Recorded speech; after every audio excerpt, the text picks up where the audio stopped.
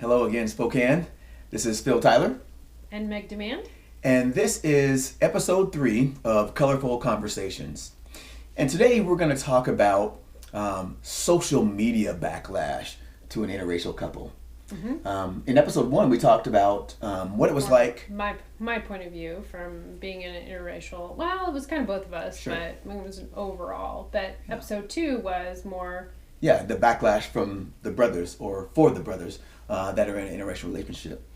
Today, we want to talk about what we get as a interracial couple on social media. If we decide to share, like every other couple does out there, about their life and experiences, the backlash that we get on social media, or what would you describe it as? Before we were married, we got a pretty vile comment. It was actually before we were married, but it was talking about you had posted and I'm going to read it. I'll read it, yeah. Yeah, okay.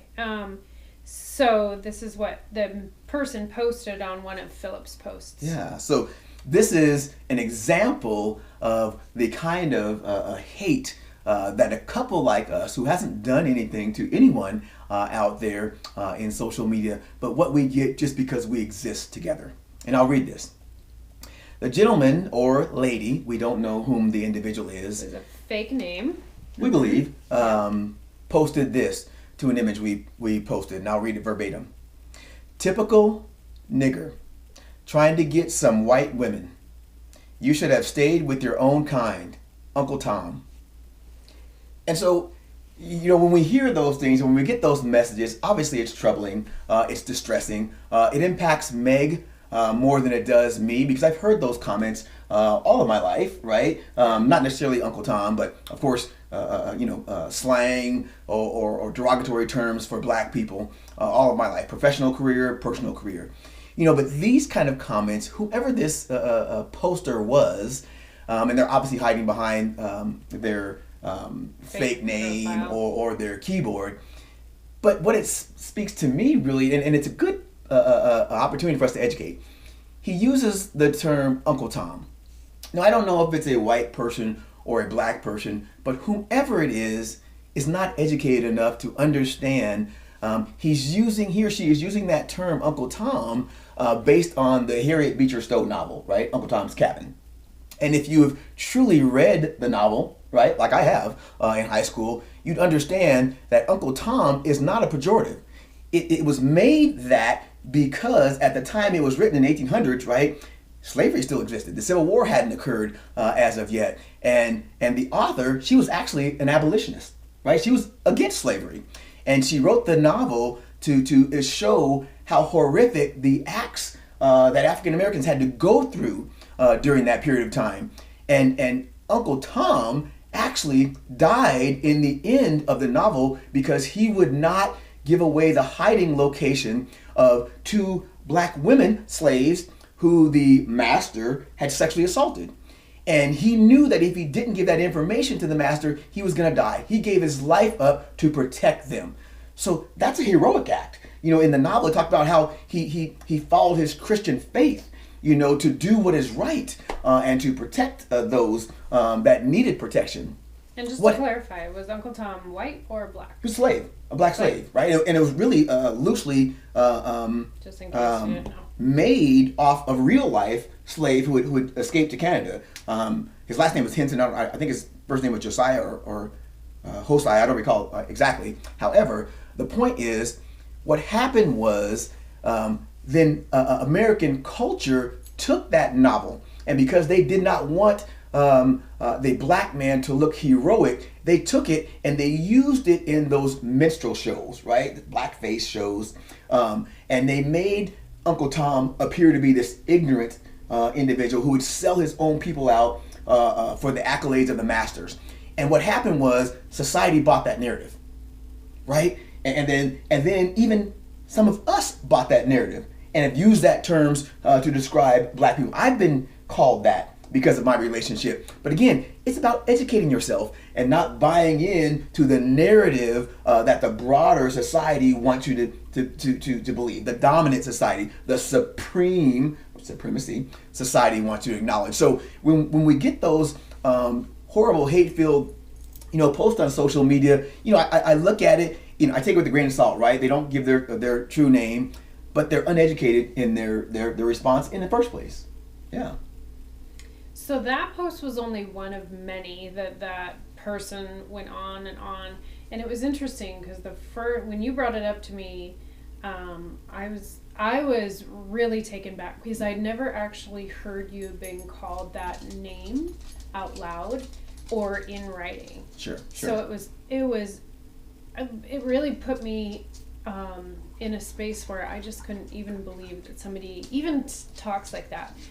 But bless me, but more our other friends, it was interesting to find other people who they didn't realize that still went on in this day and age, and this was just 2 years ago. Isn't that funny? Yeah. And so actually, do you remember you wanted to go ahead and block the person and just not have that person, or no, maybe no, I did not. No, I wanted to block never, that person so we couldn't see that language anymore because it was upsetting our friends too, and our friends were coming to bat for us on that. But we blocked the person, and then Philip said, no, I think I did, or somebody. And then we decided this was a great teachable moment for a lot of our friends. Yeah.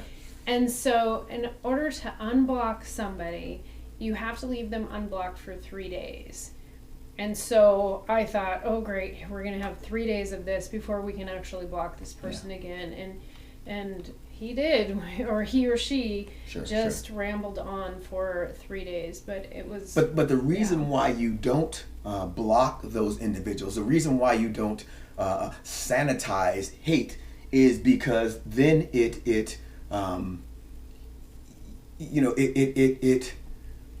allows it to exist, right? I don't want to soften hate. I don't want to soften racism. I don't want to soften prejudice as it relates to our relationship or other couples out there that are in interracial relationships. We need to expose that it still exists in 2019, in the 21st century, right? We talk about Uncle Tom. That was in the 1800s, like 1817, 1815. It still exists today.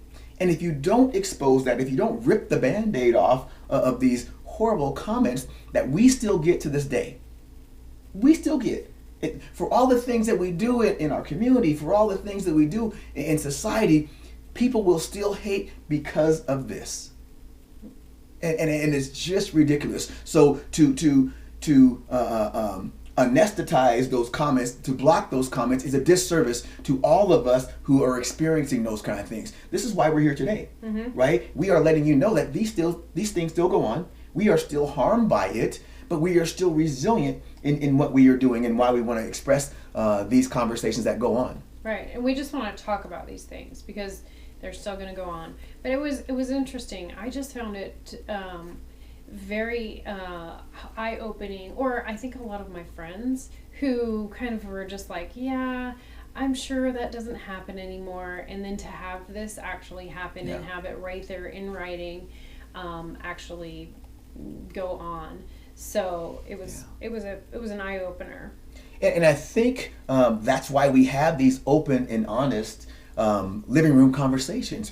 We want to be able to, and thus far, in our 3 episodes, we've got good conversation and feedback. It's starting that conversation that needs to happen, those colorful conversations that need to happen so we can collectively come together as community, addressing these issues. In church today, it was ironic because the pastor talked about, and for all those that don't know, I attend Restoration Church, wonderful church. Shout out to Pastor Dove. We talked about, if we're going to be good men and women of faith, we have to love and accept everyone. And it doesn't matter the relationship that you're in. It matters that you're good in heart, right? And good in spirit. And just like our church, we have a multicultural and multi-ethnic leadership and multicultural and multi-ethnic congregation. It speaks to how we're trying to better the community. And that's all we're trying to do here in these conversations. Mm-hmm. Just bring light to the darkness, I think. Yeah. Right? Yeah.